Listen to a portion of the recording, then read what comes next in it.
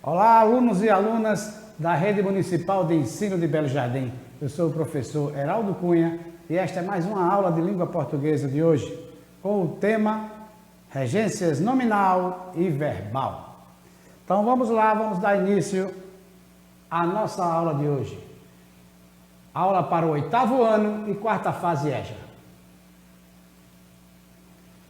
Na gramática da língua portuguesa, regência se refere à relação entre a palavra e seus dependentes. A regência nominal e a regência verbal ocorrem entre os diferentes termos de uma oração. Ocorre regência quando há um termo regente que apresenta um sentido incompleto, sem o termo regido, ou seja, sem o seu complemento. Então vamos começar explicando o que é uma regência nominal. Olha, regência nominal. Nominal faz nos lembrar de quê? De nome, um nome. Então é um nome que pede um complemento. É um nome que rege. A relação existente entre o nome, substantivo, pode ser um adjetivo, pode ser um advérbio, e os termos regidos por esse nome. Então esta relação existente entre eles dá-se o nome de regência nominal. Essa relação é sempre intermediada por uma preposição. Então, na regência nominal, atentem para isso. Na regência nominal sempre há a existência de uma preposição que faz a ligação entre o termo regente e o termo regido. Ok? O nome e o seu complemento. Observe estas orações. Eu tenho muito medo. Você entendeu? Será que o sentido desta frase está completo? Eu tenho muito medo. Você vai perguntar, tem medo de quê, professor? Porque quem tem medo de alguém ou de alguma coisa, ou de algo, não é? Olha, está faltando aí um complemento. Ele pede o complemento aí, essa regência do nome. Medo é um substantivo, é um nome. Então, está faltando o seu complemento para dar o sentido completo da oração. Vejam a outra. Miguel é fanático. Miguel é fanático? Professor, Miguel é fanático por quem ou por quê? Ele é fanático por alguém ou por alguma coisa? Está faltando o complemento. Estamos longe. Eu chego para vocês na sala de aula e digo, meus queridos alunos e alunas, estamos longe. E paro. Terminam a frase aí. Vocês vão dizer, mas professor, estamos longe de onde? De quê? Não é? Então vamos lá. Vamos continuar para dar o complemento para essas frases. Vejam agora, coloquei até as imagens aí para facilitar. Mudei, acrescentei, dei um complemento às frases nominais. A regência nominal agora, ó. Eu tenho muito medo, tem um espaço aí, baratas. Está faltando o que aí nesse espaçozinho para fazer a ligação do nome que rege e o termo regido, o complemento. Está faltando justamente a preposição. Miguel é fanático, futebol. Miguel é fanático, estamos longe, casa. Está faltando aí preposição em cada uma das frases. Então vamos lá para fazer o fechamento da regência nominal, para que vocês entendam o que é a regência nominal, a regência de um nome. Vejam aí. Completei as frases. Eu tenho muito medo de baratas. Eu tenho muito medo de baratas. Porque quem tem medo de alguém ou de algo, como eu falei anteriormente. Então vejam aí, a existência pede a preposição. Quem tem medo de alguém ou de algo. Quem é fanático por alguém ou por algo. Então fica a frase. Miguel é fanático por futebol. Ou seja, ele gosta muito, intensamente de futebol. Ele é fanático por futebol. Quem está longe de alguém ou de algo. Então, quando eu disse estamos longe de casa. Estamos longe de casa. Então, observem que esta relação existente entre o nome, que pode ser o substantivo, um adjetivo ou um advérbio, e os termos regidos por esse nome, dá-se o nome de regência nominal. Essa relação é sempre intermediada por uma preposição. Não há como deixar de existir a preposição na regência nominal. Sempre haverá a existência de uma preposição. Então, espero que tenham entendido a regência nominal. Comecei por ela porque ela é de mais fácil entendimento. Agora vamos para outra regência que tem algumas regrinhas, não é? Pode haver preposição ou não, que é a regência verbal. Vamos terminar aqui ainda a regência nominal, que ocorre quando o nome necessita obrigatoriamente de uma preposição para se ligar ao seu complemento nominal.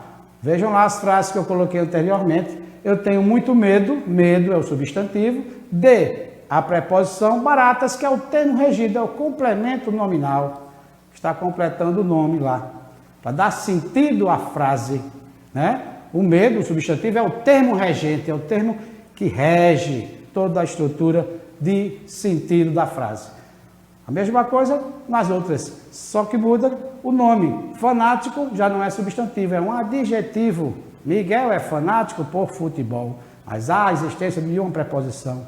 Estamos longe é um advérbio de lugar. Longe é advérbio de lugar. Então, estamos longe de casa, ok? Fazendo o fechamento aí da regência nominal.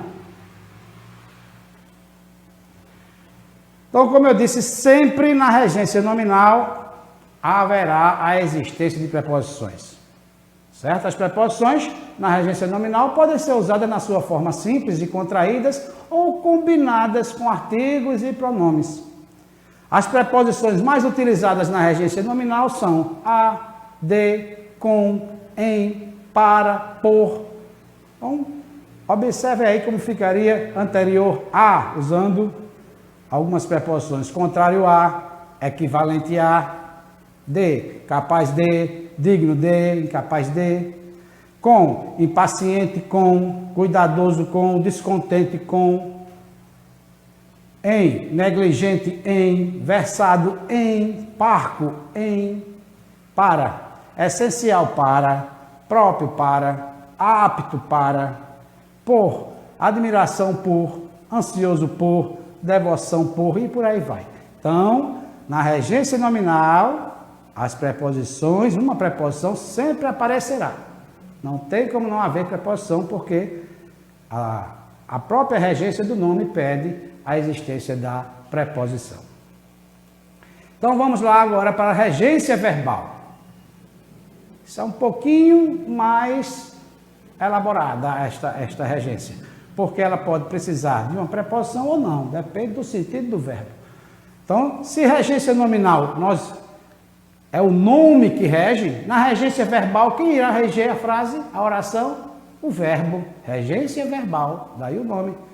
Então, um verbo, né, indica a relação que um verbo, que é o termo regente, estabelece com o seu complemento, que é o termo regido, através do uso ou não de uma preposição. É similar, é parecido com a regência nominal, só que na regência nominal sempre tem preposição. Na regência verbal, às vezes pede a existência da preposição ou não. Na regência verbal, os termos regidos são o objeto direto. O que é o objeto direto? É o complemento que não tem preposição. A gente vai explicar tudo direitinho para que vocês entendam.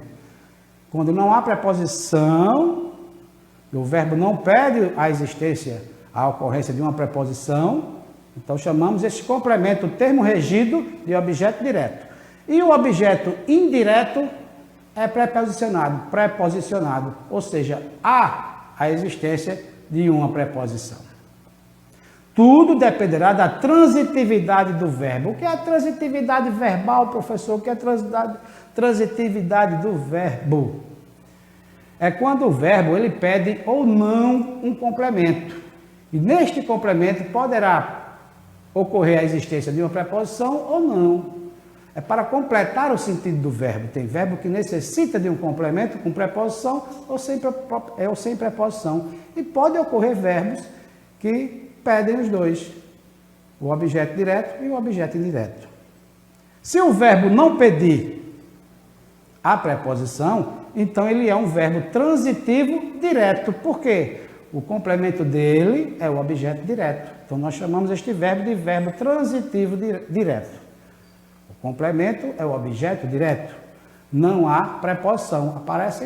Pode aparecer pronomes, artigos, mas a preposição, uma preposição, qualquer preposição, não. Agora, se o verbo pedir uma preposição, ele será um verbo transitivo indireto, cujo complemento é o objeto indireto.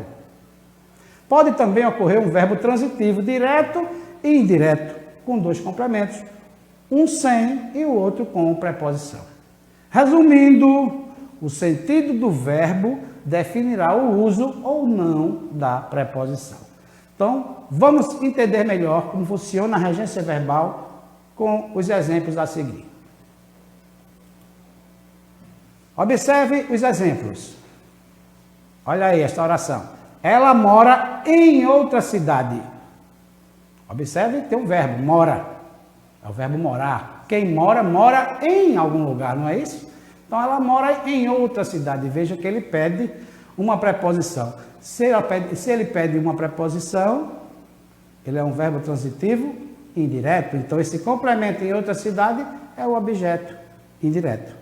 Vejam lá o outro. A criança bebeu o suco. A criança bebeu o suco. Há preposição aí? Não. Há o artigo definido, ó, é um artigo, não é preposição, é o suco. Palavra masculina, substantivo, suco masculino. A criança bebeu o quê? Né? Olha aí, veja na pergunta que a gente faz ao verbo. A criança bebeu o quê? Não há preposição. Então, este complemento é um objeto direto, não pede a existência da preposição, portanto, o verbo beber é um verbo transitivo direto. Pediu a bênção ao avô. Vejam aí, pediu. Pediu o quê? Quem pede, pede alguma coisa ou algo a alguém. Não é? O verbo pedir necessita de dois complementos. Quem pede, pede algo a alguém. Ou para alguém. Então, ele pediu a bênção ao avô. Observem aí, pediu a bênção. A existência de quê? De um artigo, pediu a bênção. Ele pediu o quê? A bênção. Esse a não é preposição, é o artigo, porque bênção é uma palavra feminina, então é um artigo definido feminino. Ao avô, aí nós temos a contração da preposição a com o artigo o, formamos ao. Então, há a existência da preposição no segundo complemento. Pediu a bênção ao avô. Então, aí é um exemplo de frase, né, de verbo, uma frase com o verbo, uma oração com o verbo transitivo, direto e indireto, porque tem um objeto direto e tem um objeto indireto. Determinado no início, ele não pede a preposição, mas no outro complemento, no segundo complemento, sim. Dois termos regidos aí. Então, vamos melhorar o entendimento desses exemplos.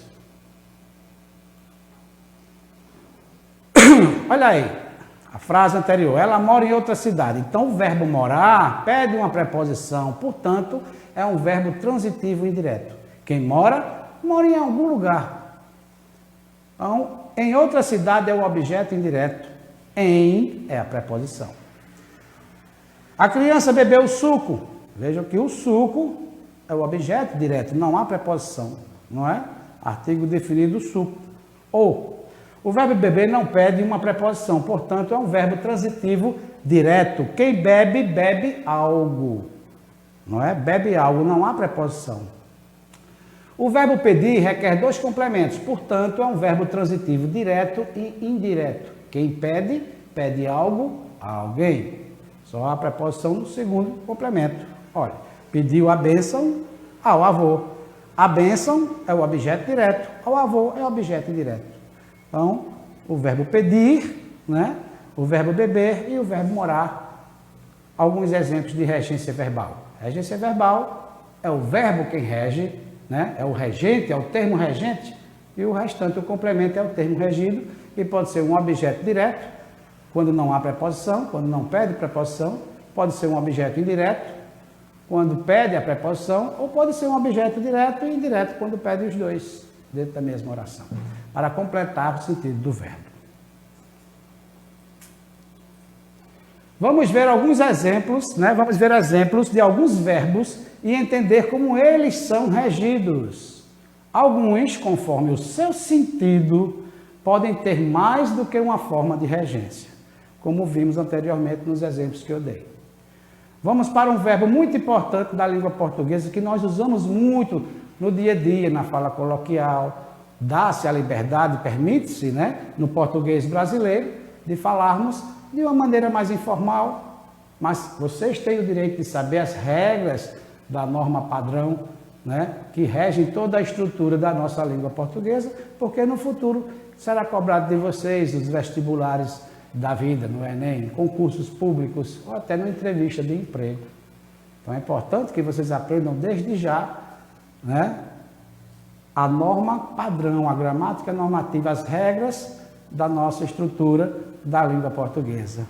Na fala coloquial, na fala do dia a dia que nós falamos comumente, nós podemos cometer alguns deslizes. Então o verbo assistir, vejam aí, o verbo assistir, vejam aí, primeiro sentido do verbo assistir, ele tem 4 sentidos. 4 sentidos para o verbo assistir. Com o sentido de ver, presenciar, exige preposição. Vejam bem, que tal assistirmos ao filme? Vejam que muito pouca gente eu vejo falar isso, dessa maneira, né? A gente fala como? Que tal assistirmos um filme ou um filme? Professor, eu assisti um filme. A gente não coloca na fala, na oralidade, a gente não usa, é uma característica do português brasileiro. Isso não é erro, faz parte da nossa linguística, da nossa variedade, não é, linguística, das nossas variantes linguísticas que temos em nosso país. Mas vocês têm que saber que quando vocês forem escrever, a regra diz que o verbo assistir, com o sentido de ver, ele exige a preposição. Então que tal assistirmos ao filme? Porque quem assiste, no sentido de ver, assiste a algo, a um filme. Letra B. Com o sentido de dar assistência, não exige preposição. Olha aí, já mudou o sentido do verbo assistir. Não é mais o sentido de ver, é o sentido de dar assistência, de auxiliar, de ajudar. Então ele não exige preposição. Vejam um exemplo. Sempre assistiu pessoas mais velhas. Né? Sempre assistiu pessoas mais velhas. Sempre ajudou, sempre auxiliou pessoas mais velhas. Não é o sentido de ver, é de dar assistência. Letra C. Com o sentido de pertencer, exige preposição. Olha aí, é muito pouco usado na oralidade, mas existe na língua portuguesa este sentido para o verbo assistir. Assiste aos prejudicados o direito de indenização. Pertence aos prejudicados o direito de indenização. Então temos que escrever, né, com a preposição. Está aí a preposição a, mas o artigo no plural aos prejudicados. Assiste aos prejudicados, sentido de pertencer. E a última, letra D, que é um sentido realmente que acho que está caindo em desuso na língua portuguesa. Acho que ninguém usa mais. Talvez alguns cartórios, alguns documentos, não sei. Mas o verbo assistir também pode ter o sentido de morar, de residir. Então ele exige a preposição. Por exemplo, ele assiste em São Paulo há muito tempo. Ele assiste em São Paulo há muito tempo.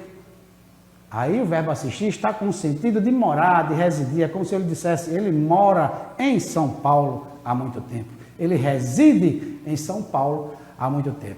Então vocês aprenderam aí os 4 sentidos do verbo assistir. Não é? No sentido de ver, que exige preposição. No sentido de dar assistência, que não exige preposição.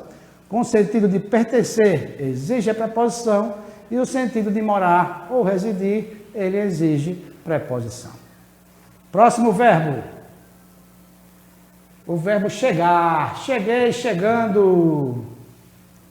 O verbo chegar é regido pela preposição a. Chegamos ao local indicado no mapa. Olha aí o rapaz mostrando o local. Chega indicando o local. Chegamos ao local no mapa. Essa é a forma padrão. É assim que está nas regras da gramática normativa da língua portuguesa.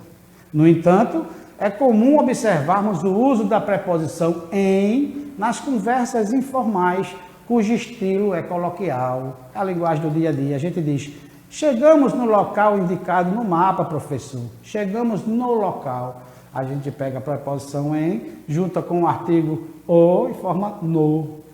Chegamos no local. A gente fala assim na oralidade, no dia a dia, no cotidiano.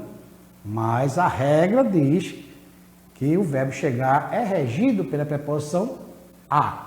Não tem artigo definido, não. Então, certo, de acordo com a norma padrão, chegamos, é dizer, chegamos ao local indicado no mapa. Porque quem chega, chega a algum lugar. Ok?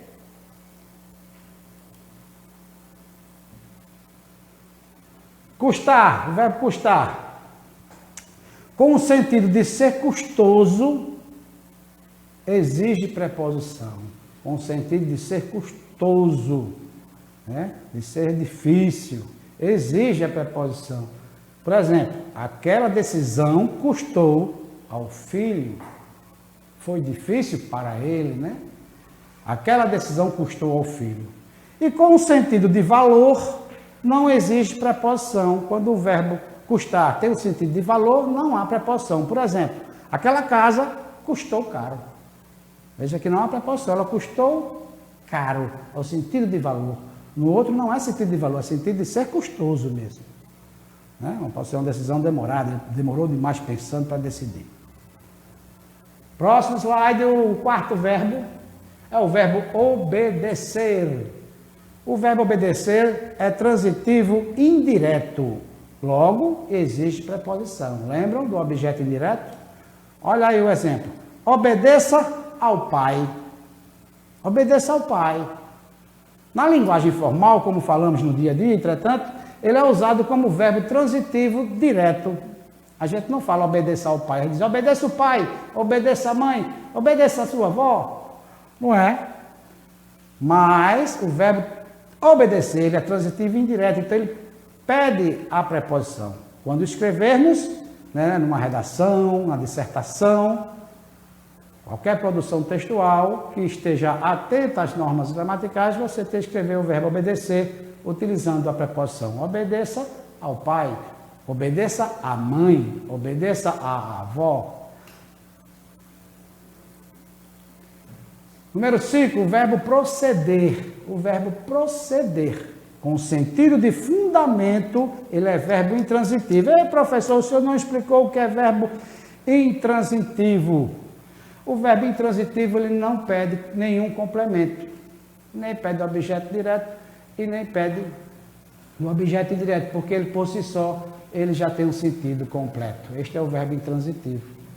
Por exemplo, veja aí, essa sua desconfiança não procede. Não há mais, pronto, você já entendeu. Né? Essa sua desconfiança não procede, não tem nada a ver. Então, não pede complemento, ele é intransitivo. Nesse sentido de fundamento, é como se eu dissesse, essa sua desconfiança não tem fundamento, não tem lógica. Com o sentido de origem, exige preposição. O verbo proceder, com o sentido de origem, ele exige a presença da preposição. Vejam aí como fica. Essa sua desconfiança procede de situações passadas. É a origem da desconfiança de situações passadas. Ela originou-se em situações ocorridas no passado. Então, precisa da preposição. Essa sua desconfiança procede de situações passadas. Então, o verbo proceder, no sentido de fundamento, não tem nada, não é objeto direto, nem indireto. Ele é um verbo intransitivo, não pede complemento. Mas no sentido de origem, ele exige a preposição. Número 6, o verbo visar. Olha aí. Vamos ver, tem dois sentidos para o verbo visar.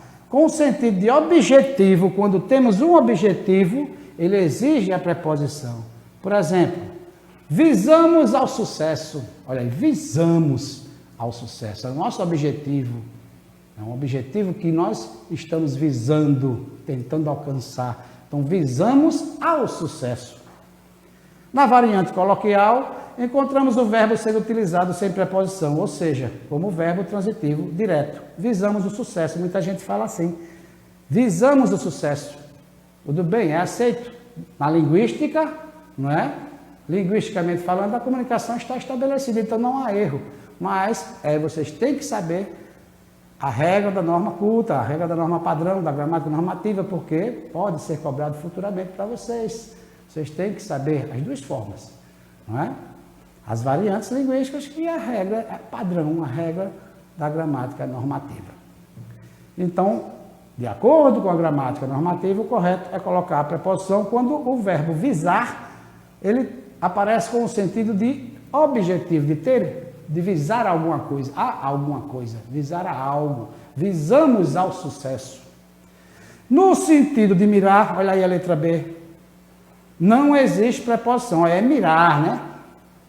O arqueiro visou o alvo à distância, olha aí o arqueiro atirando no alvo. Então ele visou no sentido de mirar o arco com a flecha lá. Então, no sentido de mirar, o verbo visar não existe preposição. O arqueiro visou o alvo. Olha aí, só o artigo, o alvo, à distância, objeto direto. Ok? Entenderam esses dois sentidos do verbo visar? Muito bem. Sétimo verbo. Cuidado para não esquecer o que a gente aprendeu até agora. Vamos estudar agora o verbo esquecer. Para lembrar do verbo esquecer. O verbo esquecer é transitivo direto. Ele exige um objeto direto. Então não precisa de preposição. Vai aparecer artigo ou pronome, o que seja. Esqueci o meu material. Quando eu chego na escola lá, cadê seu caderno? Não, professor, esqueci o meu caderno. Mas na forma pronominal, não é muito usado aqui no Brasil, é mais usado em Portugal. Mas é bom que vocês saibam, porque vocês podem ler algum texto escrito lá em Portugal e vocês observarem, né, a presença da forma nominal. Então, na forma nominal, o verbo esquecer deve ser usado com preposição. Por exemplo, mesma frase, só colocar o pronome. Ó, esqueci-me do meu material. Você chega para mim, professor, esqueci-me do meu caderno, do meu material. Ok? Aí ele não tem preposição porque você está usando o pronome após o verbo. Ele precisa da preposição, aliás. Mas normalmente nós não usamos a forma pronominal, então é esqueci o meu material. Ambas aí estão corretas, viu, gente? O oitavo é o verbo querer. Olha aí o verbo querer. Com o sentido de desejar, não exige preposição. Quando a gente deseja, no sentido de desejar. No sentido de desejar, ele não exige preposição. Quero ficar aqui. É meu desejo, eu quero ficar aqui. Aqui ninguém me tira. Pronto, acabou-se. Então não existe preposição. Porque eu estou desejando algo. Com o sentido de estimar, olha, de estimar, de gostar, de ter afeto, existe preposição. Queria muito aos seus amigos. Queria muito aos seus amigos, né? Então, o verbo querer no sentido de desejar não tem preposição. No sentido de estimar, aí sim, exige a preposição. Número 9 é o verbo aspirar. Olha aí a imagem. Observe as imagens, que a imagem já dá uma dica. O rapaz passando, né, aspirando o piso lá da sala. Com o sentido de respirar ou absorver, não existe preposição. Aspirou todo o piso. Olha aí, por isso que o nome é aspirador de pó. Está usando um aspirador de pó. Aspirou todo o piso, sugou, absorveu todo o piso, toda a sujeira que lá estava. Então, ele não existe preposição neste sentido. Agora, o verbo aspirar, ele pode também ter o sentido de pretender, né? Pretender no sentido de desejar, de almejar.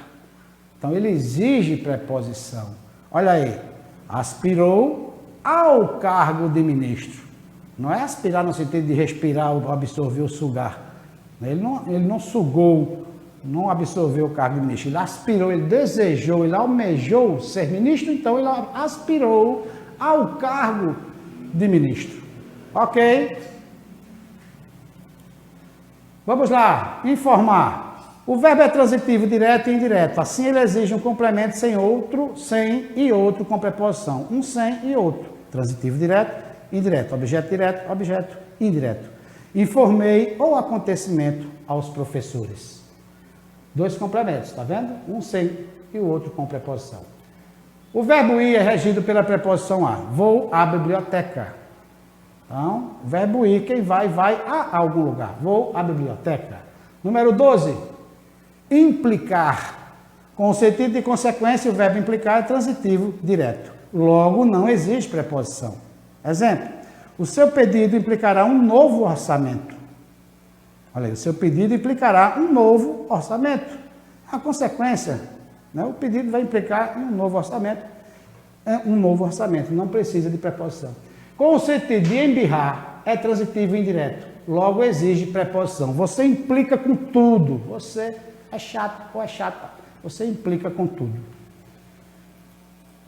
O verbo morar. O verbo morar é regido pela preposição em. Mora no fim da rua. Viu lá o exemplo no começo que eu dei, né? Que ela mora em outra cidade. Mora no fim da rua. É em, mais ó fica nó. Mora no fim da rua. O verbo namorar. Olha aí um verbo que a gente costuma errar. O verbo namorar é transitivo direto, apesar das pessoas o usarem sempre seguido de preposição. Exemplo, namorou Maria durante anos. Namorou Maria. Mas a gente geralmente diz, namorou com Maria durante anos. Mas não é gramaticalmente aceito. Não tem, né, preposição. Certo? É namorou, quem namora, namora alguém. Não é namora com alguém. Ok? O verbo preferir. O verbo preferir é transitivo direto e indireto. Assim, prefiro carne a peixe. Prefiro carne a peixe. O verbo simpatizar. O verbo simpatizar é transitivo indireto e exige a preposição com. Simpatiza com os mais velhinhos. O verbo chamar. Com o sentido de convocar, não exige complemento com preposição. Vejam bem, chama o Pedro. Sentido de estar convocando, está chamando. Então não precisa de preposição. Chama o Pedro. Com o sentido de apelidar, exige complementos com e sem preposição. Pode ser, chamou o João de Mauricinho, chamou João de Mauricinho, chamou o João Mauricinho, chamou João Mauricinho. Ok? Verbo pagar. Quando informamos o que pagamos, o complemento não tem preposição. Vejam bem, não tem preposição quando a gente informa o que pagamos. Aí o complemento não pede a preposição. Paga o sorvete, estou pedindo para alguém pagar o sorvete. Paga o sorvete. Quando informamos a quem pagamos, o complemento exige preposição. Paga o sorvete ao dono do bar. Paga o sorvete ao dono do bar. Olha aí, dois complementos, né? É um complemento direto e indireto. Muito bem, então vamos fazer agora a correção dos exercícios da aula anterior, que foi sinais de pontuação. A questão 1 da aula passada que eu deixei foi: quanto ao uso da vírgula, qual alternativa está incorreta? O uso da vírgula, que eu deixei 4 alternativas, a resposta é a letra D. Tenha calma, Marina, tudo vai se resolver. Por quê? Está faltando uma vírgula antes do vocativo. Tenha calma, vírgula, Marina, vírgula. Só tem uma vírgula lá. Tudo vai se resolver. Então, diante de vocativo, o vocativo tem que estar separado entre vírgulas. Eu estou interpelando, eu estou chamando, eu estou conversando com alguém. Questão 2. O uso do sinal de reticência no terceiro e quarto quadrinhos da tirinha sugere, resposta é a letra, vamos lá, a letra A. Certa hesitação ou breve interrupção do pensamento. Olha lá, no terceiro e quarto quadrinho, na fala do pai e na fala do Calvin no quarto quadrinho. Então, essas reticências representam, né, sugerem uma certa hesitação ou uma breve interrupção do pensamento. Questão número 3. Olha a frase que eu deixei. Está na hora do jantar. Vamos comer, vovô. Vamos comer, vovô. O que é que está faltando aí? Está errado, porque o sentido parece que vão comer o avô. O avô é o prato do jantar? É o prato principal. Ninguém é canibal. Então, a resposta para essa questão do número 3 é a letra B. É preciso colocar uma vírgula antes da palavra vovô. É um vocativo, a mesma coisa lá da Marina. Vamos comer, vovô. A gente até na oralidade dá uma pausazinha. Vamos comer, vovô. Não é vamos comer, vovô. É vamos comer, vovô. Estou chamando o vovô para comer. Então, na escrita, na representação gráfica, na produção textual, temos que colocar essa vírgula para isolar o vocativo. Questão número 4. Qual sinal de pontuação é utilizado para enfatizar palavras ou expressões, bem como é usado para delimitar citações de obras? Citações, enfatizar palavras ou expressões. Vamos lá, a resposta, letra D. Aspas. São as aspas, as duplas vírgulas, quando a gente quer delimitar citações de pessoas famosas, de personagens, ou enfatizar palavras ou expressões. A última questão, a questão de número 5, tem um textozinho e a qual sinal de pontuação refere-se ao enunciado acima. Representa uma pausa mais longa que a vírgula e mais breve que o ponto. Resposta é o ponto e vírgula. O ponto e vírgula, só nessa primeira aí você já mata. Representa uma pausa mais longa que a vírgula e mais breve que o ponto. Ponto e vírgula. Então, resposta letra C. Estas foram as respostas dos exercícios anteriores, né, da aula passada. Vamos para os exercícios de hoje da aula de regências nominal e verbal. Primeira questão que eu deixarei. Completa as lacunas com as preposições dadas. Temos aí 4 preposições. Por, sobre, a e para. Letra A. Esclareci minha dúvida, a matéria de ontem. Marcos tem facilidade de desenhar. Tínhamos profunda admiração, ele. Aquele serviço é acessível, todos. Então, cada uma dessas preposições vão se encaixar em cada alternativa dessa. É uma para cada um, tá certo? Pensa aí um pouquinho. Tempinho. Ó, esclareci minha dúvida. Aí, como é que a pessoa escreve? Esclareci minha dúvida. Quem esclarece a dúvida sobre o quê, de quê, e assim vai. Você tem que fazer pergunta ao verbo. Senão eu vou dar a resposta aqui, tá certo? Deixa para a próxima aula. Vamos para a questão de número 2. A regência verbal está errada em... Olha, a regência verbal, atentem para o verbo, está errada em... Esqueceu-se do endereço, não simpatizei com ele, o filme a que assistimos foi ótimo, aspiro um alto cargo político. Lembrem, todos esses verbos aí nós falamos, eu falei durante as explicações. Então, marquem, tem uma que está errada aí, tem 3 certas e uma errada. Observem, esqueceu-se do endereço, está certo ou está errado? Não simpatizei com ele, está certo ou está errado? O filme a que assistimos foi ótimo. E a última, aspiro um alto cargo político. Respondam. Questão número 3. Assinale a alternativa na qual a regência verbal está em concordância com a norma padrão. Olha, a regência verbal está em concordância com a norma padrão. Não é? De acordo com a norma padrão, ela está correta. Então, tem uma certa e 3 erradas aí. Primeiro, a letra A. Ela assistiu o programa de culinária. Letra B. Isabel namora com Caio. Letra C. A faxineira aspirou todo o piso da sala.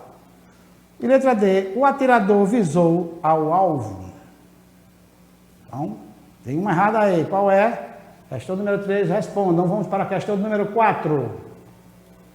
Assinale a alternativa na qual a regência verbal está em desacordo com a norma padrão. Também eu quero agora a errada, novamente. Letra A. Marcos pagou o suco ao dono da lanchonete. Letra B. Ana simpatiza com as pessoas idosas. Letra C. Esqueci do meu caderno. E letra D. Prefiro água a refrigerante. Qual dessas está errada de acordo, né? Segundo a norma padrão. Questão número 5, última questão da aula de hoje. Assinale a alternativa na qual a regência verbal está em desacordo com a norma padrão. Mais uma também que eu quero errada. Tem uma errada e 3 certas aí. Letra A. Maria quer muito bem aos seus primos. Letra B. José implica com todo mundo. Letra C. Chegamos ao colégio na hora exata. E letra D. Tomar a decisão certa custou o filho. Uma dessas está errada aí. Ok? Então, deixa essas questões e na próxima aula darei as respostas. Esta foi a aula de hoje de língua portuguesa para o 8º ano e a 4ª fase EJA. Sou o professor Heraldo Cunha. Muito obrigado pela atenção, espero que tenham gostado e até a próxima aula.